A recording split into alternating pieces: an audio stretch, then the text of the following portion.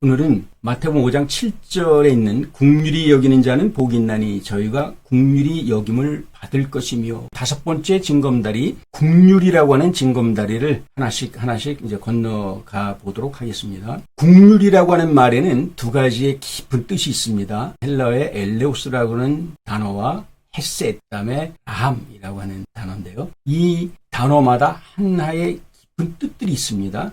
엘레오스는 자비를 베풀다 라는 뜻이고요. 헤세드는 은혜를 베풀다 그런 뜻이고, 라함은 히브리어로 창자, 이 자궁, 이렇게 얘기를 합니다. 국률이라고 하는 그 말의 의미에는 이 영적인 이렇게 깊은 세 가지의 뜻이 있습니다. 그래서 오늘은 엘레오스와 헤세드, 라함이라고 하는 국률을 하나하나씩 우리가 배워가면서 팔복에서 얘기하는 국률은 어떤 것인가 에 대해서 우리가 자세히 설명을 해드리도록 하겠습니다. 첫째, 엘레오스라고 하는 자비를 베풀다라고 하는 뜻입니다. 팔복의 다섯 번째 징검다리는 이 국률의 징검다리인데요. 여기서 얘기하는 이 국률은 남을 가볍게 여기다 또는 온정을 베풀다 그런 뜻이 아니에요. 하나님의 속성의 엘레오스, 자비를 얘기하고 있는 겁니다. 하나님의 자비는 믿음의 신앙 고백 위에서 베풀어지는 하나님의 은혜다라고 하는 겁니다. 이것을 국률이라 이렇게 이야기합니다. 마태복음 9장 27절부터 31절에 보게 되면요, 두 명의 소경이 나옵니다. 이들은 예수님이 지나간다는 소리를 듣고 이 두 소경은 이렇게 부르짖습니다. 다윗의 자손 예수여, 우리를 불쌍히 여기소서. 이들은 지금 앞을 보지 못합니다. 식별할 수가 없어요. 지금 자기들 앞에 계신 그분이 누구인지 육의 눈으로는 볼 수가 없습니다. 그러나 이들은 자기들 앞에 지나간 그 예수 그리스도를 정확하게 고백을 합니다. 다윗의 자손 예수요. 이 당시에 예수 그리스도를 다윗의 자손이라고 고백하면 그건 이단입니다. 구약의 선지자들이 이 땅에 임할 메시아는 다윗의 혈통을 통해서 나온다라고 얘기했기 때문에 모든 유대인들은 오실 메시아, 다윗의 혈통을 타고 오실 그 메시아를 지금 고대하고 있는 겁니다. 그런데 나사렛에서 태어난 목수의 아들 예수,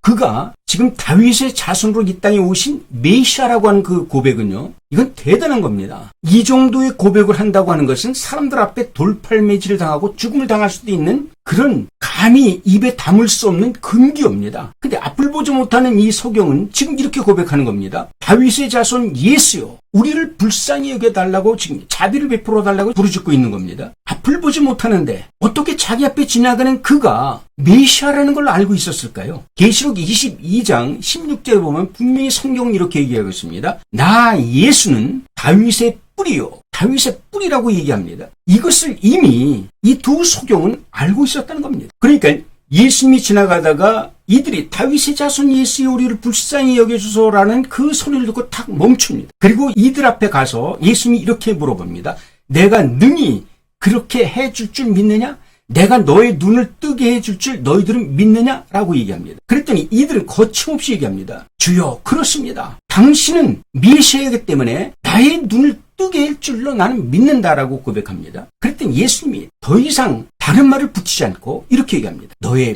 믿음대로 되라. 이것이 바로 엘레오스의 국률입니다. 엘레오스의 국률은 내 신앙 고백 위에 임해지는 하나님의 자비, 하나님의 국률입니다. 오늘 팔복에서 다섯 번째 국률은 내가 베푸는 국률이 아니라, 내가 누구에게 자비를 베푸는 국률이 아니라 오롯이 내 신앙 고백 위에 하나님의 은혜가 덧입혀지는 겁니다. 예수 그리스도의 능력이 나에게 덧입혀지는 것. 그걸 지금 국률이라고 팔복은 우리에게 분명히 그렇게 얘기해주고 있는 겁니다. 그러니까 우리가 생각했던 팔복의 국률과 성경에서 얘기하는 국률은 차이가 있다는 얘기죠. 지금 이 두 소경은 자기들의 신앙 고백 위에 예수님의 국률이, 자비가 덧입혀지게 됐다는 것이죠. 그러면서 예수님께서 이렇게 얘기를 합니다. 너희들이 눈을 떴다는 이 사실을 그 누구에게도 알리지 말라라고 얘기합니다.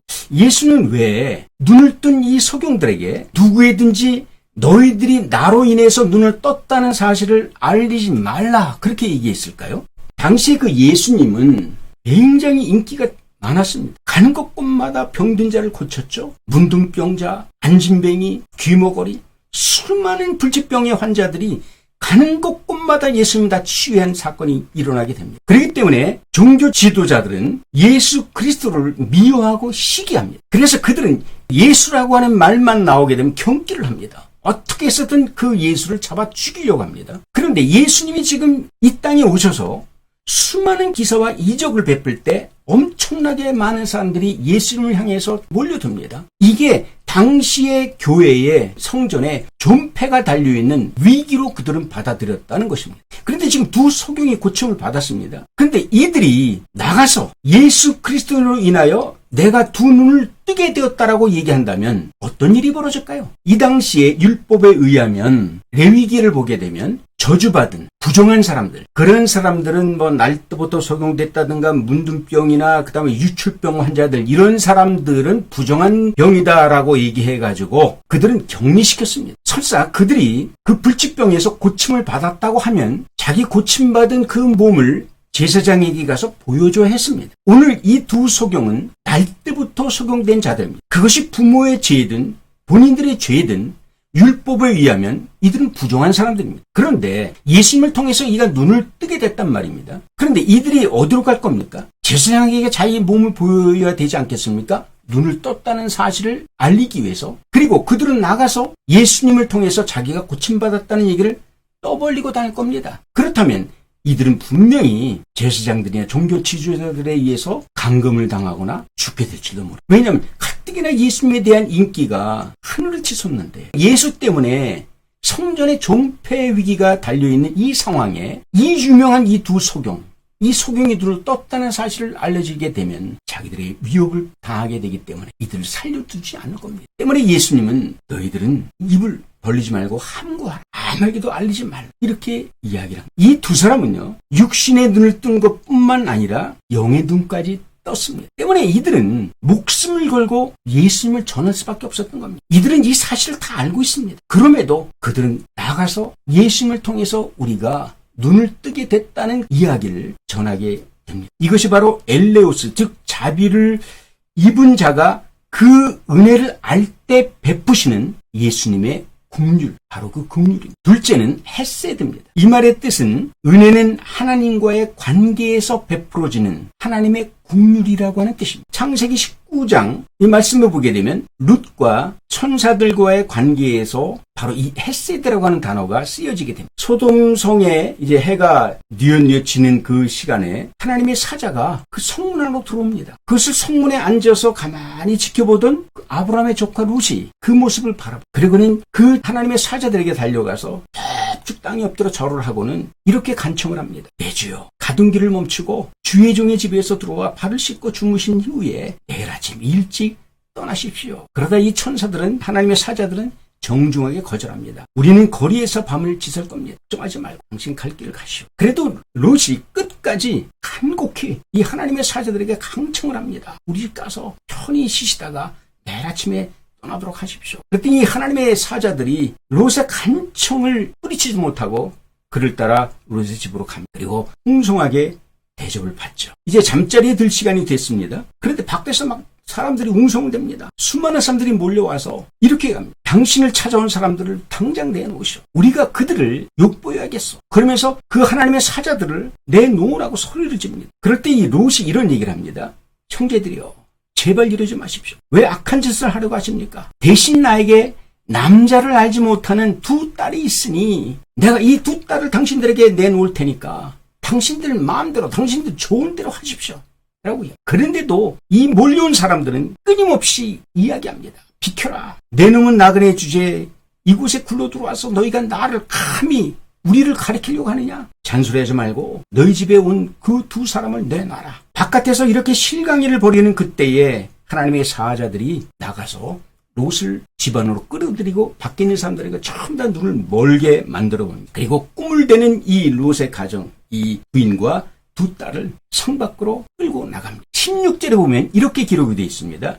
여호와께서 롯에게 자비를 베푸셨다. 여기서 자비를 베풀었다. 롯이 무슨 일을 했다고 자비를 베풉니까? 바로 이거죠. 자기의 딸, 남자를 알지 못하는 수처녀들을 이 사람들에게 내놓을 망정 내 집에 찾아온 하나님의 사자를 내가 보호하겠다는 겁니다. 이거 대단한 거 아닙니까? 하나님의 사자를 보호하기 위해서 남자를 알지 못하는 자기의 딸을 내놓겠다는 겁니다. 보통 사람들 같으면 자기 가족을 지키기 위해서 자기 집에 있는 손님을 바깥으로 내놓을 겁니다. 그러나 롯은 하나님의 사자를 먼저 생각했습니다. 하나님을 먼저 생각했다는 겁니다. 그러니까 하나님의 국률은 그냥 얻어지는 게 아닙니다. 자기가 주를 위해서, 자기가 하나님을 위해서 무언가를 한 겁니다. 자기도 하나님을 위해서 어떤 희생을 한 겁니다. 그 희생 위에, 그 헌신 위에, 하나님을 위해서 무언가 한 그 행위 위에 하나님의 국률이, 하나님의 자비가 임하게 되는 겁니다. 우리는 감남에서 감이 떨어지기만을 기다립니다. 우리는 하나님을 위해서 무언가 하지도 않으면서 하나님의 사랑과 국률과 자비와 축복을 무조건 받으려고 합니다. 성경은 그렇지가 않습니다. 무조건적인 사랑으로 하나님 우리에게 베푸는 것이 아닙니다. 그렇다고 해서 하나님이 우리를, 인간을 향한 그 사랑에 대해서 어떤 대가를 원하는 것도 아닙니다. 그러나 하나님과 나와의 관계 속에서는 정말 내가 하나님을 믿고 그 하나님을 사랑한다고 하면 우리는 앉아서 하나님의 은혜와 자비를, 그냥 국률을 그냥 받으려고 하지 않습니다. 진짜 우리가 하나님을 사랑한다면요, 롯과 같이 남자를 하지 못하는 자기의 딸을 희생시켜서도 하나님을 지키려고 하는 겁니다. 예수님을 지키려고 하는 겁니다. 그 믿음을 지키려고 할 겁니다. 이것이 우선이 돼야 된다고 얘기하는, 팔복의 5번째는 바로 우리에게 이것을 얘기하고 있는 겁니다. 앉아서 마냥 하나님께서 주시는 것만 넙죽넙죽 받으려고 하는 그런 이기적인 크리스찬이 아니야. 하나님이 나에게 무엇인가를 바라지는 않지만, 그러나 나도 하나님 위해서 무엇인가를 하려고 하는 노력이 나한테 있어야 된다는 겁니다. 그래서 마태복음 9장 13절에 예수님이 이렇게 분명히 얘기합니다. 너희는 가서 내게 국률을 원하고 제사를 원치 아니하노라 하신 뜻이 무엇인지를 배우라. 하나님도 나를 통해서 국률을 받으시길 원합니다. 예수님도 나를 통해서 국률함을 받기를 원합니다. 우리 예수님, 우리 하나님께서 원하는 것은 제사보다 국률입니다. 우리는 그 국률이 하나님께로 오는 거라고만 생각했지, 하나님께서 나를 통해서 국률을 받기를 원하신다는 사실을 우리는 몰랐죠. 그러나 성경은 분명히 이렇게 얘기하고 있습니다. 너희는 가서 내가 국률을 원하고 제사를 원치 아니하노라 하신 뜻을 배우라 라고 얘기합니다. 나는 지금 팔복을 강의하면서 계속해서 성경에 나오는, 신구약 성경에 나오는 수많은 이야기들을 제가 끌어내면서 여기에 대입을 시켜가는 이유가 있습니다. 성경에 나오는 수많은 이야기들은 우리에게 샘플로 보여주고 있는 겁니다. 그것이 어떤 이야기에서 이야기로 끝나는 것이 아니라, 어떤 스토리로 끝나는 것이 아니라, 그 이야기 속에서, 성경의 역사 속에서 이 땅에 왔다 하늘나라로 간 그 사람들의 삶을 통해서 성경에 나열되어 있는 하나님의 계시적이고 예언적인 이 말씀을 조명하면서 나는 어떻게 이 말씀을 받아들일 것인가, 나는 이 말씀을 어떻게 실천할 것인가를 우리는 배워야 하기 때문에, 팔복을 이야기하면서 저는 신구약을 넘나들면서 있었던 수많은 역사 속의 이야기들을 제가 끌어낼 수밖에 없다는 거죠. 그 역사 속에, 그 이야기 속에 하나님의 진정한 메시지가 이 안에 있기 때문입니다. 오늘 롯이라고 하는 사람을 통해서 우리는 국률을 배웠고, 눈먼 2명의 소경을 통해서 예수님의 자비가 무엇인지를 우리가 배웠습니다. 우리가 먼저 하나님을 국률한 마음으로 경외해야 할 때 하나님도 나에게 국률을 베풀어 주신다는 사실을 꼭 기억해야 합니다. 헤세드의 또 다른 의미가 있어요. 이것은 마태복음 15장 21절부터 28절에 나와 있습니다. 흉악한 귀신에 걸린 딸의 어머니가 예수님을 찾아와서 절규합니다. 다윗의 자손 예수여, 나에게 자비를 베풀어 주소서. 내 딸이 흉악한 귀신이 들렸나이다. 이 말을 들은 예수님께서는 아주 치욕적이고 모욕적인 얘기를 합니다. 자녀의 떡을 취하여 개들에게 던짐이 마땅치 않아. 얼마나 충격적인 이야기입니까? 자존심 상하는 이야기 아닙니까? 하지만 이 모욕적인 이야기에도, 치욕적인 이 말에도 이 여인은 예수님이 뱉어냈던 그 개같은 여인이라는 그 말을 그대로 받아들입니다. 주여 올소이다. 나는 개입니다. 하지만 개들도 제 주인의 밥상에서 떨어지는 부스러기를 먹지 않습니까? 개 같은 나에게도 조그만 부스러기가 있다면 그 부스러기를 나한테 주십시오. 예수님에게 계측을 받으면서도 국률함을 구하는 겁니다.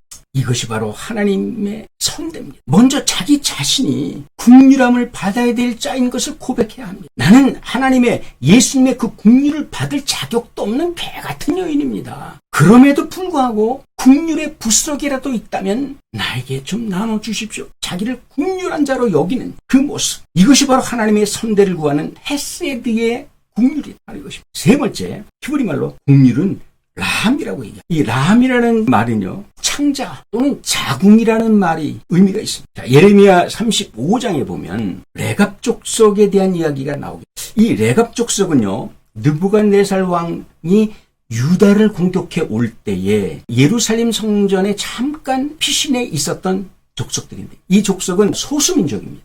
그렇게 많지는 않습니다. 그들이 예루살렘 성에 그들이 어떻게 된 일인지 모르지만 그들은 예루살렘 성에 피신해 있었던, 그때부터 이 레갑 족속은 이스라엘 민족과 같이 행동을 하게 됩니다.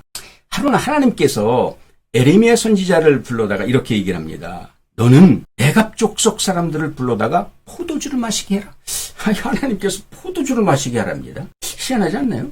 그런데 이 에레미야 선지자는 하나님의 그 말씀을 그대로 순종을 합니다. 그래서 레갑 족속들을 불러다가 포도주가 잠긴 큰 병과 잔을 갖다 놓고는 다 술을 나눠주면서 마시라고 얘기합니다. 마음껏 포도주를 드십시오 라고 얘기합니다. 그런데 레갑 족속들은 그 누구 하나 포도주 잔을 기울이는 사람이 없어요. 이 포도주를 먹으려고 하는 사람이 하나도 없습니다. 이 모습을 바라본 예레미야 선지자는 도대체 이 일이 무슨 일?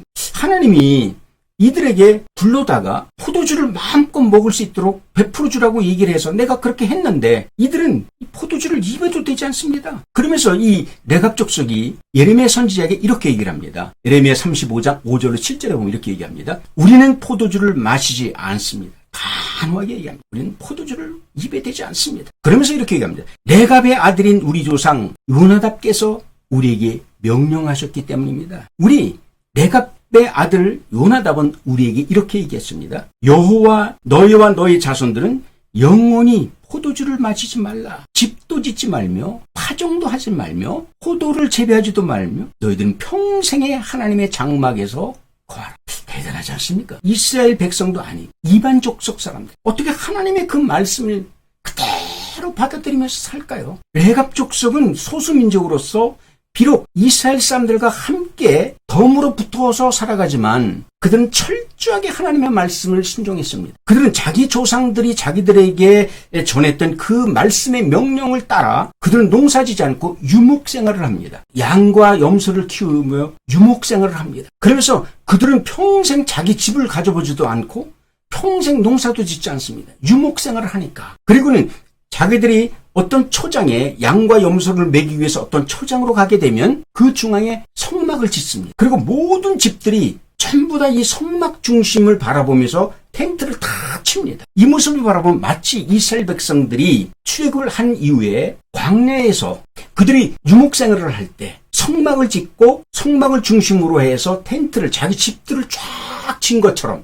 성막 중심의 삶을 이들은 살았다는 겁니다. 지금 이스라엘 백성들은 그렇지 못했어요. 성막 중심의 삶이 아닙니다. 조상들의 말씀대로 살지 못합니다. 그들은 어느 곳에 가든지 어느 민족과 휩쓸릴 때마다 그 토속신앙에 빠져버렸고 하나님을 배도합니다. 하나님의 말씀대로 살지 못합니다. 그렇기 때문에 이들은 하나님 앞에 수많은 책망을 받고 하나님 앞에 질타를 받습니다. 그런데 소수민족인 이 레갑 족속은 이스라엘 민족과 함께 살면서도 이 선민인 이스라엘 사람들보다도 더 철저하게 말씀을 지킵니다. 그래서 하나님은 예레미야 선지자에게 이스라엘 백성들과 비교하면서 소수민족이고 이방민족이지만 이 레갑 족속은 너희들보다 낫다는 것을 증거로 보여주기 위해서 레갑 족속을 불러다가 포도주를 마시게 하라라고 했던 겁니다. 포도주가 좋아서 그들에게 베풀라는 것이 아니라 증명해 보이기 위해서입니다. 신약성경을 우리가 보게 되면 예수님의 공생의 기간 동안에 12명의 예수님의 제자가 나옵니다. 그 예수님의 제자들은 3년 6개월 동안 예수님을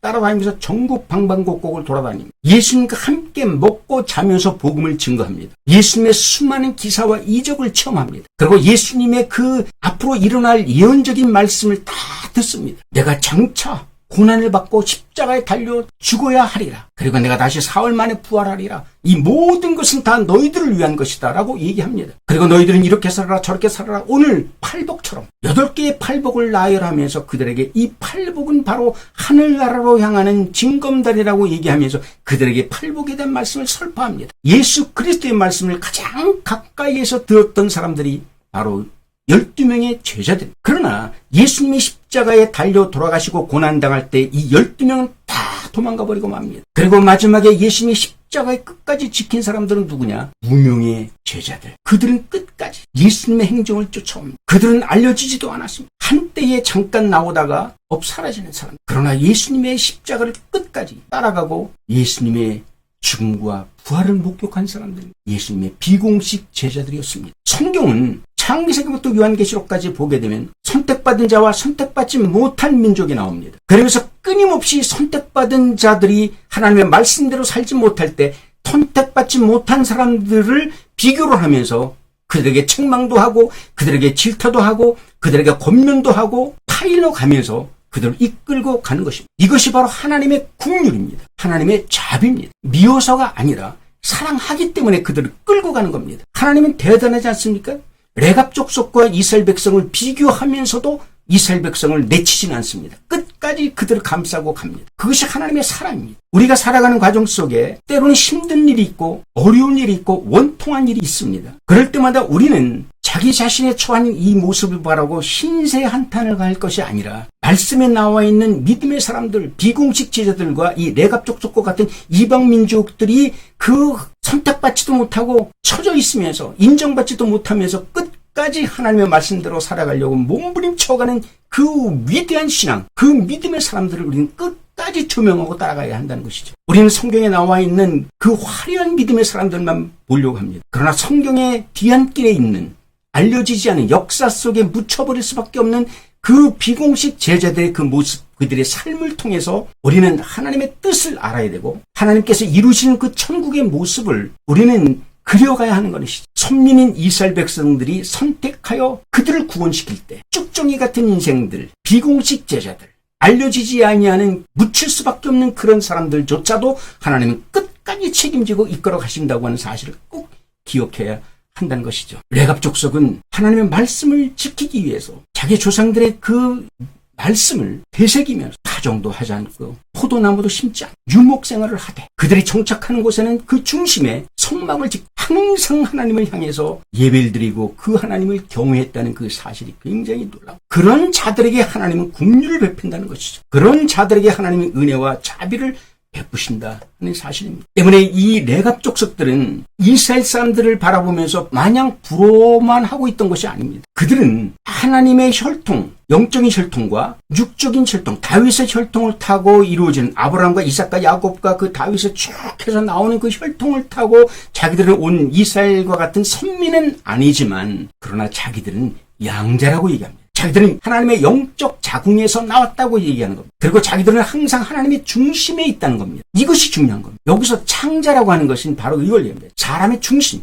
예수님이 십자가에서 마지막에 창에 찔려 고통당한 그 자리가 어디냐면 옆구리입니다. 창자가 터졌어요. 창자가 터지니까 물과 피가 다 뽑아준 겁니다. 레갑 족속은 선민은 아니지만 신자는 아니지만 자기들의 중심은 항상 하나님 중심에 있다는 겁니다. 그래서 그들이 유목할 때는 항상 장막을 중심에 놓고 장막을 삥 둘러서 자기들이 자기의 처소를 만든 것처럼 이들 생활의 중심은 항상 하나님 중심, 바로 예수님의 옆구리, 창자. 지금 하나님이 우리 인류를 구원하기 위해서 당신의 아들을 이 땅에 보냈습니다. 그리고 십자가의 양손 양발을 못 받게 합니다. 그리고 맨 마지막에 창을 찔러서 옆구리를 찔러버립니다. 그리고 창자를 터뜨려버립니다. 그리고 물과 피를 다 뽑습니다. 이것은 무엇을 얘기하냐면 우리의 신앙의 중심, 우리의 삶의 중심은 바로 하나님이 되어야 된다는 겁니다. 예수님이 되어야 된다는 겁니다. 그 중심, 레갑 족속처럼. 그리고 우리는 이방인입니다. 이들처럼 우리도 이방인입니다. 그러나 우리는 정통의 자녀는 아니지만 정통의 혈통을 타고 태어난 선민의 자식은 아니지만 우리는 영적인 하나님의 자궁에서 나왔다. 이 자부심을 갖고 살아야 된다는 거예요. 우리의 출생지가 어디라고요? 하나님의 자궁입니다. 이게 국률입니다. 이걸 라함의 국률이라고 얘기합니다. 그래서 국률을 창자여 자궁이라고 얘기하고 있는 것입니다. 시편 2편 7절에 이렇게 얘기합니다. 여호와께서 내게 이르시되 너는 내 아들이 오늘 내가 너를 낳았도다. 할렐루야. 나를 낳았다고 합니다. 나는 이스라엘 백성이 아닙니다. 나는 육적 아브라함의 후손도 아닙니다. 그런데 하나님은 나보고 낳았다고 합니다. 당신께서 낳았답니다. 때문에 나의 본향은 어디냐? 하나님의 자궁입니다. 하나님의 자궁은 뭐냐? 사랑입니다. 하나님의 자궁은 국률입니다.